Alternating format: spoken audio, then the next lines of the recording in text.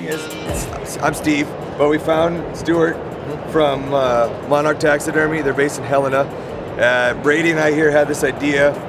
Let's capture an opportunity at Sheep Show and talk about taxidermy, because it's winter and we're all dreaming of hunting and we're kind of like looking for a way to keep doing what we do, but also stay busy on stormy nights. We're like, hey, let's help people take care of their taxidermy, because look at all the beautiful taxidermy we have. So, how do I maintain my taxidermy? So first step I would recommend anybody is do an annual cleaning, because that's where you're going to see bug infestation starting and catch it early. And by keeping that animal clean every year, you're not going to have dust piling up and damage to the hides. Okay. And so with sheep, they're a little bit more delicate. So we're going to care for them a little different than we might for a predator or some other animals that we have. Okay. So what I recommend on sheep, first step to clean them, is really for anybody who owns taxidermy, is to invest in, this is a commercial grade dog groomer.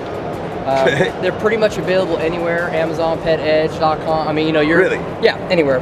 The key with this is, it's got a high-low switch, and that's important when we're dealing with different types of taxidermy. We don't want to overpower the hair with for instance, you don't want to use your air compressor from the garage with an air nozzle, because you can actually spray the hair and break it and damage it permanently. So this blows a pretty big volume of air, and you can control it with a high-low. Okay. So it's really important. So when you have an animal like this, and the nice thing is because it's like a canister, you can plug it in, you can get up on a step stool, you can get up on a ladder, you can actually clean animals that are on the wall, which is great. Right. So in the case of like a sheep like this, if we were going to clean this guy, so we would start with this animal from the top down. Okay. So you would put it on low, because sheep have a hollow hair. Deer, caribou, pronghorns, moose, a lot of animals have a hollow hair. If you hit it with the air coming the wrong way, you can actually bend it back and actually damage it. Okay. And especially when you're talking about mounts that have been sitting around for 20 years, maybe got some UV damage, you're going to get more brittle. Yeah. Right? So you want to start from the top down. Obviously, the most dust is going to get up on the top of the heads, and you're going to use the low setting. Low setting. And you're just going to work your way down with the grain of the hair. Okay. And so we're just going to come down like this, boom, boom, boom, and I'm back to the other side. It works great for the habitats, because people ask me all the time, we got all this beautiful habitat in the grass, but the wives are like, how do we clean this? You just blow it up. We just blow it off. Clean. We just blow it off. And so if you're doing all your pieces in a room at one time, you can kind of make a spring cleaning or a winter cleaning, and then just kind of move it out and do it that way. So that's your first step. So the second step I'm going to show you is, after you've done the air, it's coming back with a cloth, like terry cloth towel. Terry cloth, soft. Just some soft towel, you know. And then I'm going to take this over in hot water, and I'm going to get it really saturated, and I'm going to wring it out. Hot as my hands can take it. Wring it out so it's damp. Yep. And what that's going to do is, we're going to come back over, again, starting at the top, we're going to wipe the animal down with the grain of the hair. And that hot towel, you may need to do it a couple times. It's actually going to sculpt the hair back. It's like using a comb, but you use it like, you know, just like you do it on your hair or something, you know, it'll actually train the hair back in the right pattern without using the abrasiveness of a brush. Okay. So just cleaning that down like that, and it's also going to pick up any extra dust that the groomer didn't get. Yes. And it leaves no residue, right? So you don't want to put any kind of chemical. You don't need it. Okay. One thing about a sheep that's very different than other animals: never put anything on this horns. So you don't want to use any kind of cleaning products. No product on the horns. No polish, no oils, nothing like that. Because anything you put on a sheep horn is very likely going to make it darker.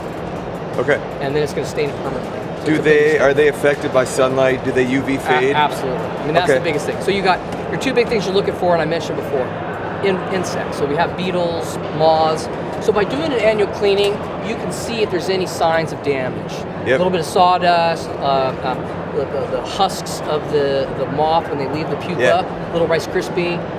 Sometimes you can see loose hair.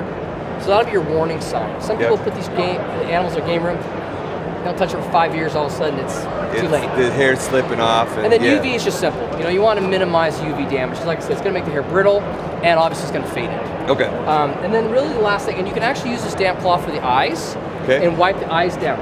If you get somebody that touches an eye with maybe oily finger, then just a glass cleaner on a Q-tip. Glass cleaner on a Q-tip. That's it. Windex. Okay. Q-tip, swab it. You know, one side wet, one side dry, polish it, good to go. Okay. Everything else should be pretty self-sustaining on the animal. And then the last thing would be just to use like Pledge or if your base is dark like this one with Old English, Yeah. and then come back in and then On the display, you're saying. on this base. Take care of the display, because that's all part of the that artwork. you do want to oil and polish pledge, like I Okay. said, Old English, and then really you're done, and move on to the next one, the next one, the next one. If you see bug damage, get it out of the trophy room. Okay. And then you could start the process of doing that, but that's a discussion for another day too. Sure. I heard one of your colleagues talk about like a bug bomb or something. Yeah. Is that something it's an idea. Is it a good idea? It doesn't hurt, Okay. right? So it's not going to be one of these deals where you can say, I put a bug bomb in, and so I'm not going to have any problems, because these beetles, these moths, they lay eggs under the hair. Okay. And so when these bug bombs, they're an atomizer, right? They're Fumigator, atomizer, and yeah. so it's going to lay on the top, and they're going to be kind of living quite comfortably under that protection of the Okay. fur. But it may kill moths that are flying around or bugs that are flying around, so it doesn't hurt to do it. It's not going to once in a hurt. while. No, It's not going gonna to damage the hair. Not or going to fur. damage the hair. I mean, in our Okay. shop, we do it on a routine basis, Yeah. just to keep things from when they're in their moving cycle. If you start to notice bug damage, then you're going to need to maybe call somebody. There's some guys out there that'll actually come and treat the animals Okay. with an actual insecticide. Okay. And again, that's kind of a whole other involved process. But the main thing is finding it so you can do something about it. Which means, and the key part of finding it is just pay attention to your artwork. Because you'll know if you're blowing it out and there's loose hair, you're going to know it, You're gonna know right? really If you're quick, wiping aren't it you? down and there's hair Yeah. falling, or you see those Yeah. signs, because what happens is by early detection, you're going to save maybe other trophies that they haven't affected. Sure. And so you want to be on top of that all the time. Okay. And on the shoulder mount, sometimes they'll get between the wall and the shoulder mount. And Right. so, by just being diligent to keep them clean, most of the time you can avoid that problem. Okay. altogether. So we've covered horns. Anything different for antlers? What can you do? Any treatments, washing, cleaning? Again, antlers are a lot more durable than horn. So you're not likely to damage black horn like pronghorn or Okay. African game. You're not likely to damage those with cleaning products. And you're really not likely to damage antlers like elk or moose or Okay. deer. So if with the wet cloth, dust off, should be all you need. Sure. But if you are somebody that likes a little bit of a sheen to your antlers, Yeah. then you can do just a very light coat of linseed oil, something like that, light Oh. oil, and then just rub them down. And Okay. it'll kind of add some moisture back into them as they dry out. Sure. And so some people like that. Most people like them natural, but that is something you could do, never with a sheep, but on your antlers. Antlered And that's animals. okay. Okay. On blackhorn, sometimes, if a guy likes a dark look, you can use a little WD-40. Essentially the same thing. This is a little light Yeah. oil, and then just a wipe on. Not All heavy. right. Next question. Nose. Yes. I don't know enough about taxidermy to know whether it's the animal's nose or a fake nose or what substance it is, but like, how do I maintain this? Because that's a focal point, really. How do I maintain it from UV or? Well, really, there's nothing you can do special for that area. Okay. So again, it's keeping it clean. I just like to use Hot wet cloth is hot fine. wet cloth. Okay. Right. Because you're not going to take any chance of removing a finish with that. Okay. Right. You're not going to take the paint off. Sure. There's no damage. If you find an animal's gotten quite old and it's lost some of the wet look, Yeah. you can have your taxidermist locally maybe come in and give you the product, just spray a little bit of wet look back on, or have them do it if Okay. it's bothering you. I mean, that's Yeah. something that can be touched up. Okay. And really, quite frankly, something you can do with a little paintbrush and brush on a little bit of a clear coat. Okay. Okay. But for the most part, once that finish is established, keeping it clean, That you does know, it. yeah, I mean, you could be talking about, okay, this thing's 30 years old now, it may need an overhaul. Sure. But the Everything taxidermy does. lasts a long Yeah. time, and especially if you're keeping it out of the sunlight, Okay. that's going to minimize 90% of your problems. Cool. We've got a cat here, and we realize so many people, more and more, are going to have mountain lions, but also a mountain lion is fur, That's correct. which is going to be the same as, some of the treatment would be the same as if you have It's bears. going to apply to bears, it's going to apply to coyotes, it's going to apply to lynx, bobcats, Mountain any goats? fur bear. Mountain goat's going to fall in that category too. Okay. Absolutely. So that covers a lot of the Huge people. chunk of North American game Yeah, that so hunters are going simple after. care things. You showed us the blower. That's right. Which is a pet groomer. That's so right. if you don't have an animal on your wall, you probably have a pet, so you could justify the purchase Absolutely. pretty well. Absolutely. So not obnoxious to say, No, like, it's get not. this tool, easy. So with the difference between the fur bearers and the predators, so all those animals we listed, Yeah. is the hair, the fur is much more durable Okay. than the hollow haired of those other game animals we talked about. So we can be a lot more rough with this animal, and we can be Okay. more aggressive in how we're blowing it out. Okay. So in this case, what I said before, on the same groomer, actually a 4-horsepower groomer, right? Sure. So it's got some horsepower. Yeah. It really moves some air, Right. but it's got a high setting. And so I would still say start with low until you get the hang of it, so you Okay. learn to control.